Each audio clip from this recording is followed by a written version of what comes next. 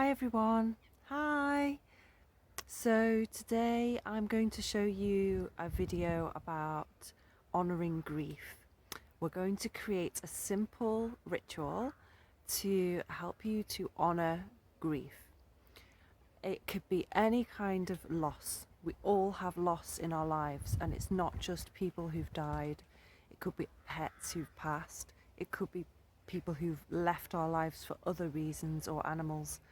It could be a job that we've lost, or a whole career, or a home, or or even dreams that we thought we were going to have a particular type of life and we haven't got it now. It's for any process of transition and transformation, a time of change. So this simple ritual is just an example of what you can do for yourself.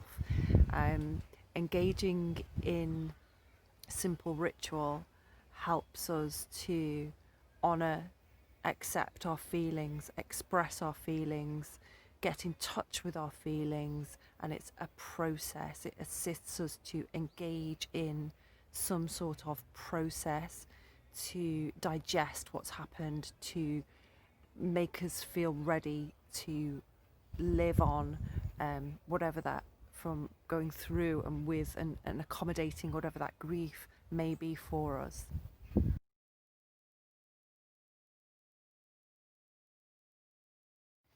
So my simple ritual involves creating a sacred space, putting aside some time to do this for yourself, and creating a sacred process of expression and acceptance. So, for your sacred space, you will need some sort of table or countertop or dresser top or a tray, even just some small area which you're going to use for your ritual.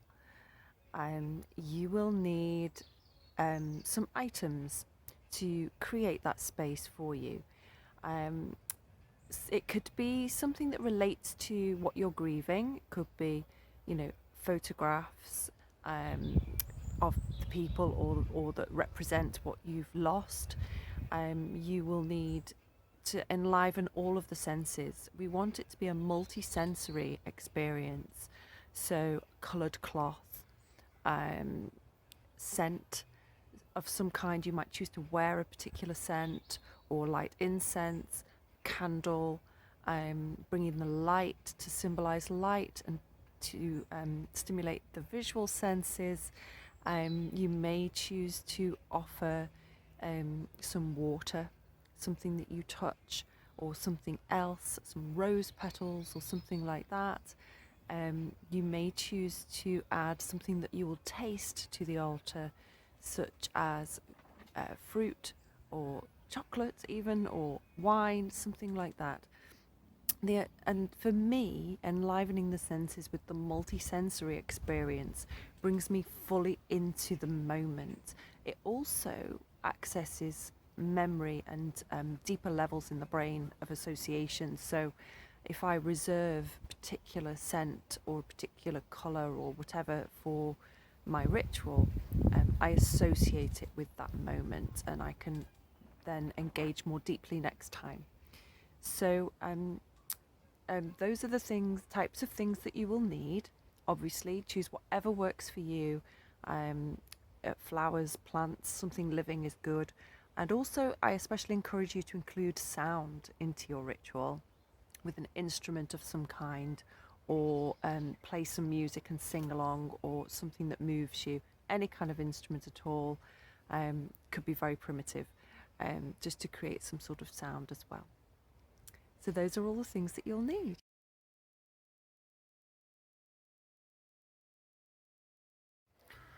I often like to include all the elements into my altars and my rituals.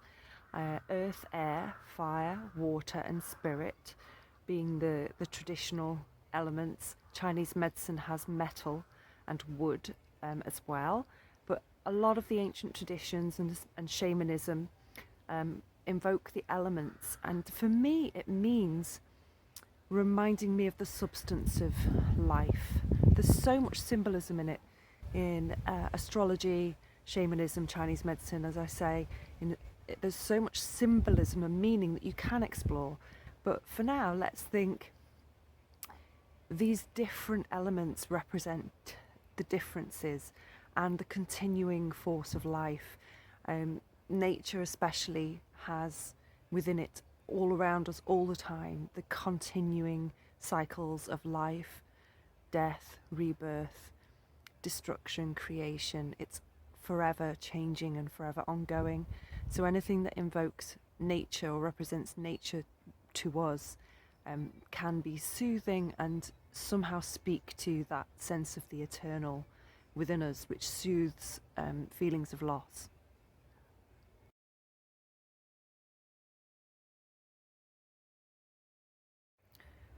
I believe all of us experience loss as human beings. It starts right away as soon as we're born.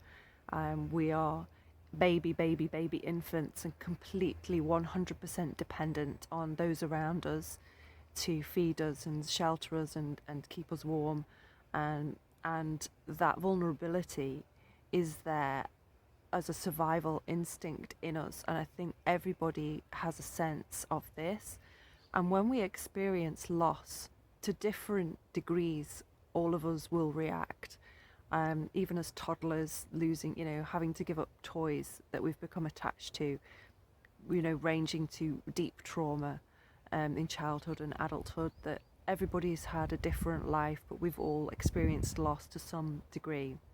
And we've all been shown or taught or had to find for ourselves our own coping mechanisms, things that help us cope. And sometimes coping really is all we can do is distraction, repressing the feelings, addictions, or perhaps more so-called positive channels, creativity, building things, workaholism.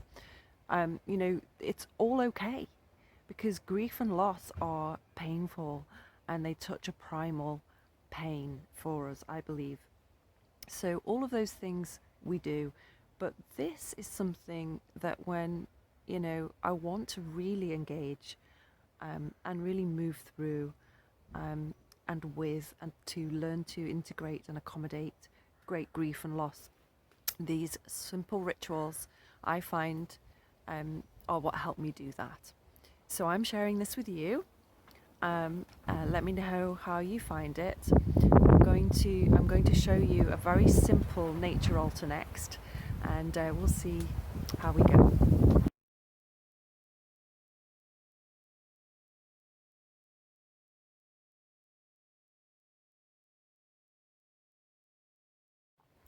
So once you've gathered all the things that you want to use for your sacred space, and you've set aside some private, undisturbed, sacred time, the next thing to do is to create the altar and spend some time with it, with the space, in the space, feeling, getting in touch with yourself, connecting with yourself, allowing yourself to be, to feel whatever thoughts or feelings may come.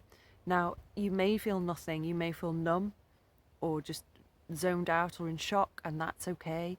You may feel sadness, you may feel anger, it may be too intense, and that's okay too, to withdraw. Everything is in your control and you can do it all in your own time.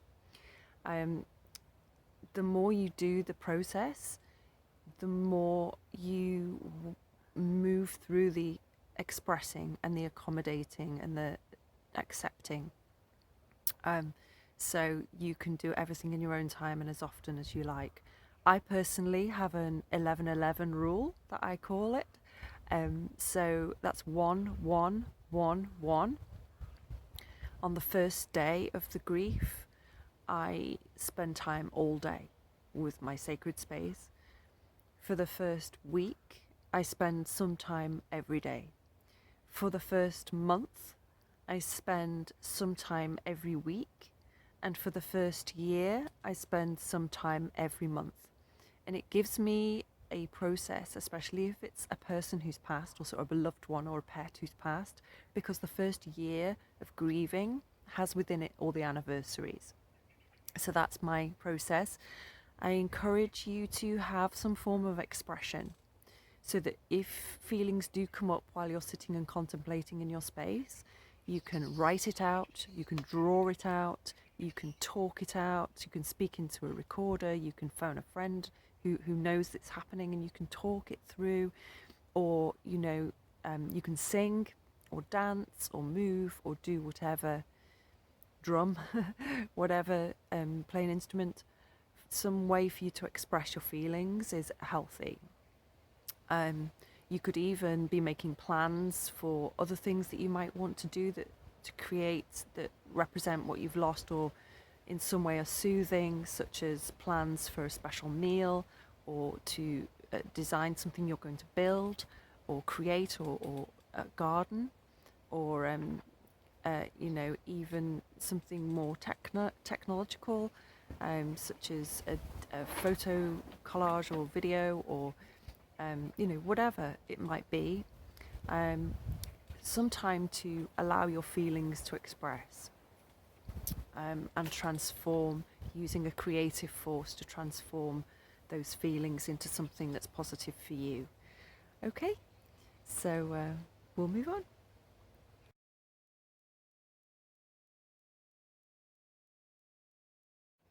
So in a moment I'm going to create a very simple nature altar. Yours will be completely different. Yours will be whatever it is that you're grieving. It could even be something very technological, like a digital photo frame on a glass and metal worktop. I'm doing something very outdoors here in nature because I'm creating a very simple nature altar. And so we'll take you through the process now. So if you're doing this live with me with the video, now's the time to begin. So I will create my altar now.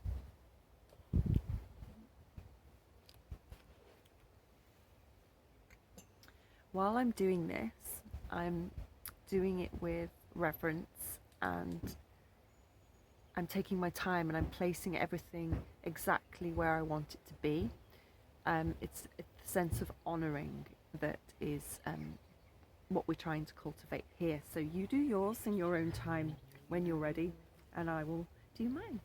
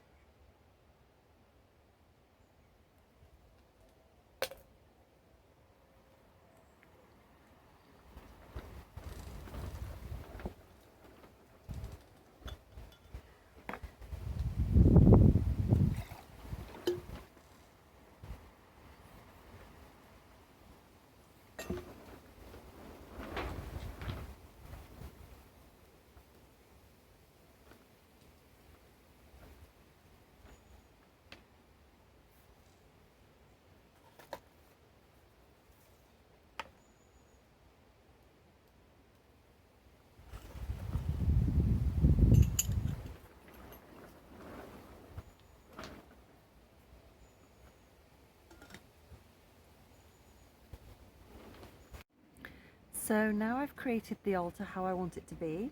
I'm going to invoke the energies. I'm going to enliven, bring energy, and by my actions to engage this space. I've lit the candle, I'm going to light the incense, I'm going to sprinkle some water, and doing those actions just engages the whole experience for me by enlivening the senses.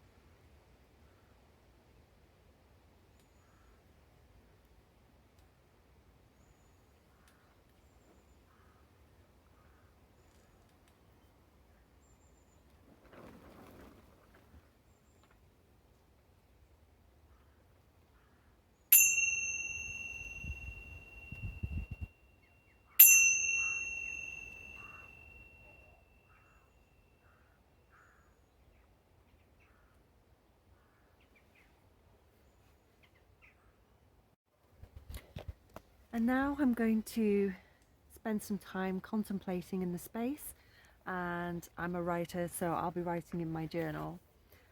So we'll play some music for you or some drumming while you do the same.